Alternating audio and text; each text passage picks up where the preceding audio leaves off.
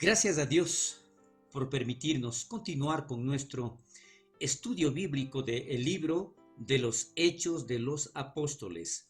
Hoy estaremos viendo o iniciaremos el último capítulo de este maravilloso libro.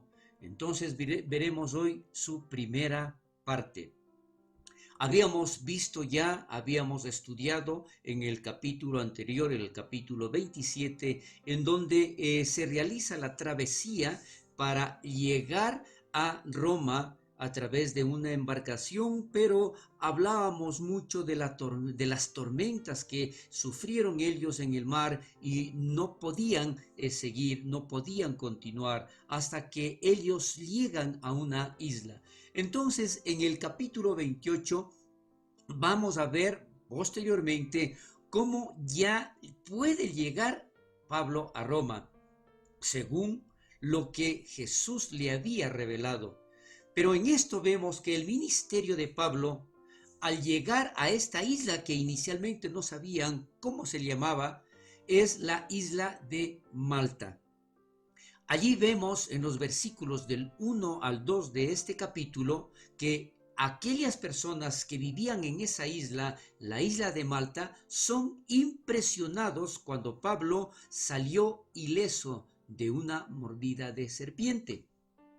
Porque esto implica que algo maravilloso estaba haciendo Dios a través de la vida de Pablo. Supimos que la isla se llamaba Malta, se menciona en la palabra de Dios en estos primeros versículos.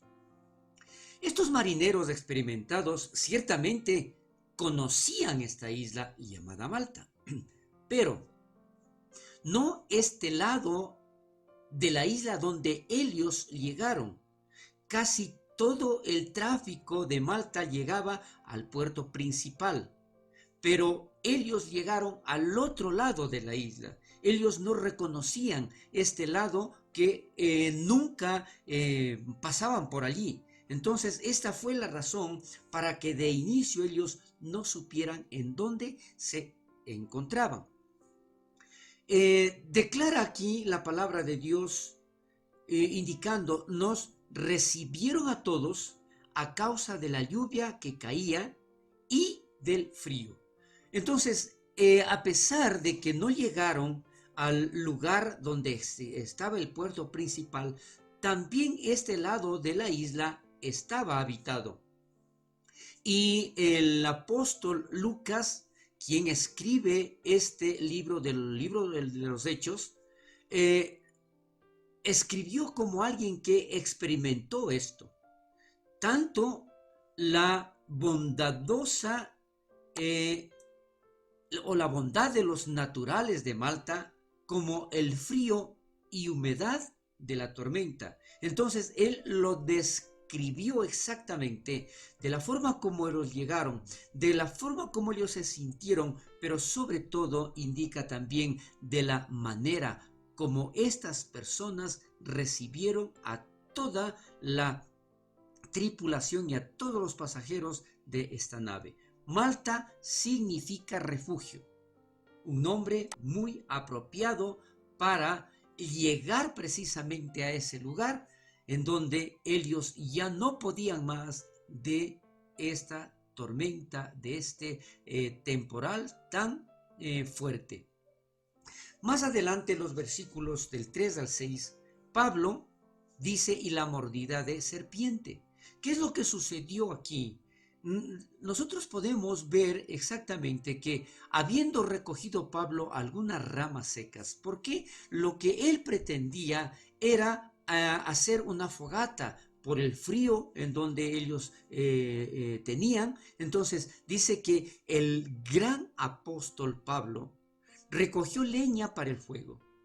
Y esto nosotros podemos ver aquí que no era el único. Recordemos, eran 276 personas, de las cuales ellos tenían muchos oficios y sobre todo consideramos que debía haber ciertas personas que podían hacer esta tarea. Pero sin embargo, aquí vemos de cómo Pablo era del corazón de siervo que él tenía y siempre estaba manifestando a través de sus actos. No se trataba de que alguien le pidiera, no se trataba de que alguien le exigiera hacer algo. Al contrario, él siempre estaba presto para ayudar a los demás. Y en este caso, él se levanta a buscar leña, a buscar con qué prender, con qué hacer fuego. Entonces, declara ahí la palabra de Dios que el momento en que él estaba recogiendo algunas ramas, una víbora, huyendo del calor, se le prendió en la mano. Mire, esto es algo en donde produce una reacción muy fuerte en aquellas personas que estaban en esa isla. Pablo era fiel a Dios y eso lo sabemos.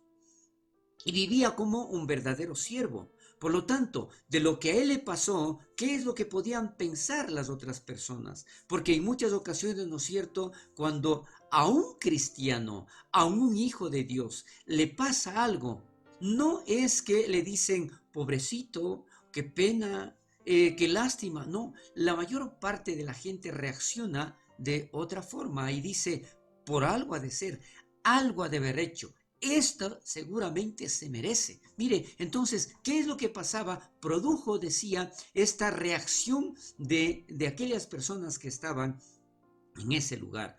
Pero eso no le alejaba de esta prueba. Su servicio humilde trajo una víbora, ¿sí? Que realmente nosotros deberíamos, ¿no es cierto?, considerar eso, pero ¿cómo? Si él estaba, lo único que estaba haciendo es algo bueno, ¿por qué tuvo que pasarle eso? Y la víbora no solo mordió a Pablo, se amarró en su mano. Es algo que realmente llama mucho la atención. Esto es lo que hace ver que en estos versículos Pablo no dejó que eso lo molestara. Él no reaccionó tampoco de manera negativa. Él no gritó ni reclamó, porque pudo haber dicho, como en muchas ocasiones, nosotros cuando pasamos alguna prueba, imagínense sobre todo, después de algunas semanas de estar en la tormenta, viendo exactamente en donde ya no había aparentemente alternativa para salvarse. Y después de que puede llegar a una isla, lo primero que a él le pasa es esto, que una víbora muerde su mano. Entonces allí, como decía, en una forma muy natural, muy humana, claro, podría haber dicho también Pablo, ¿por qué Dios? ¿Por qué me tiene que pasar a mí? Si salgo de una, caigo en otra. Ya no puedo aguantar más de esto.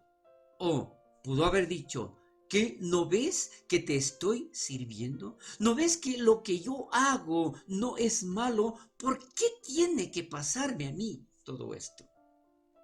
Pero Pablo no miró a aquellos que estaban sentados del fuego y dijo, tampoco. Les reclamó a ellos, pero ¿por qué ustedes no pudieron levantarse? Ustedes debían ser los indicados a hacer toda esta tarea. No, ni hubieran recogido la leña, ustedes no me hubiera pasado esto. Sí, hay ciertas cosas que nosotros a veces buscamos culpables.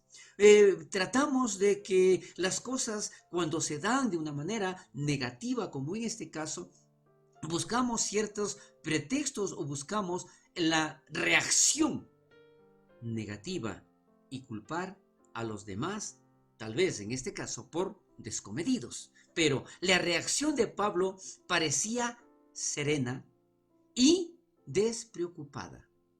Él sacudió la criatura, él sacudió la víbora que tenía en su mano y lo echó al fuego.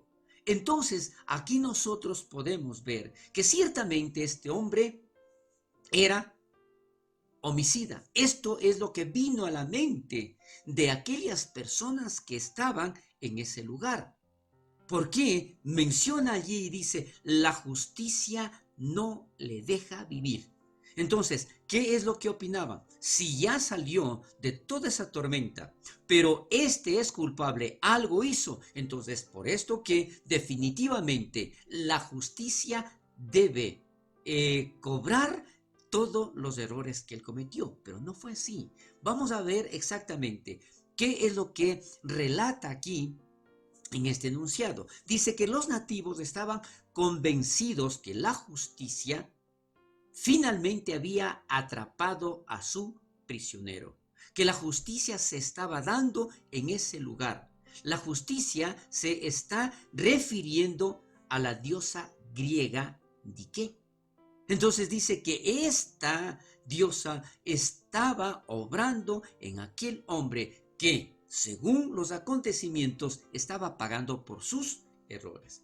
Los nativos sabían que Pablo era un prisionero, entonces asumieron que había cometido un crimen grave y que la diosa de la justicia no permitiría a Pablo escapar sin castigo.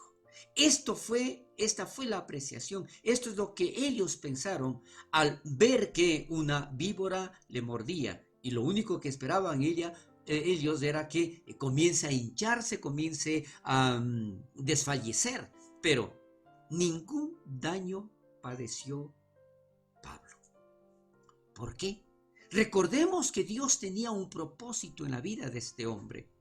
Y Dios usó esto para demostrar realmente que cuando Dios tiene un propósito en la vida de una persona, lo digo de esta manera, y en muchas ocasiones tal vez lo vamos a escuchar, cuando Dios tiene un propósito en la vida de una persona, esa persona se vuelve inmortal hasta que se cumpla lo que Dios ha dicho.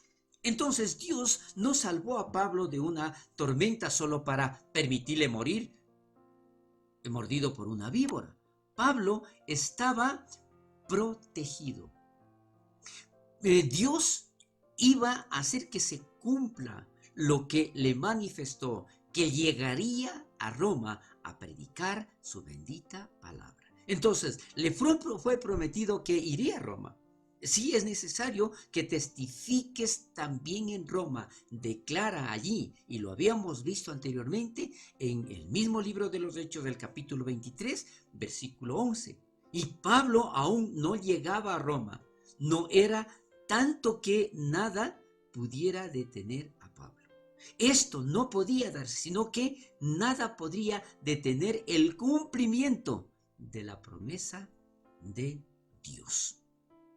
Aquí vemos entonces cómo Dios obra, usa en muchas ocasiones ciertas circunstancias, pero no precisamente para que esto sea de algo negativo, sino al contrario, llamó la atención de todos aquellos nativos de la isla.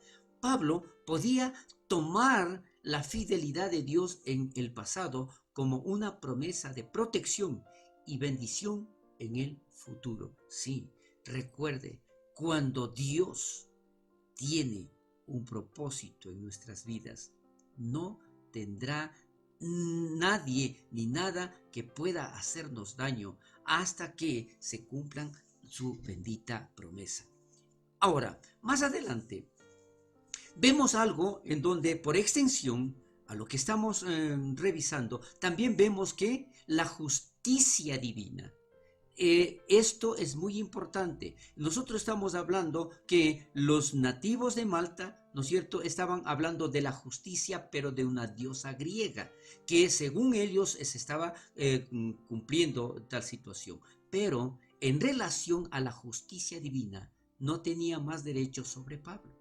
Todo había sido satisfecho por lo que Jesús hizo en la cruz. La justicia de Dios nunca dañaría a Pablo ni a nadie por quien hayan sido pagados sus pecados por lo que Jesús hizo en la cruz.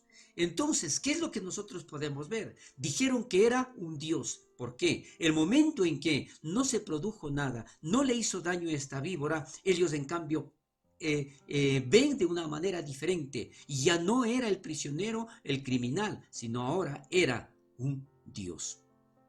Esta parte lo estaremos explicando mucho mejor la próxima semana con la segunda parte de este hermoso capítulo. Hasta aquí llegamos. Que Dios bendiga poderosamente sus vidas. Hasta la próxima semana.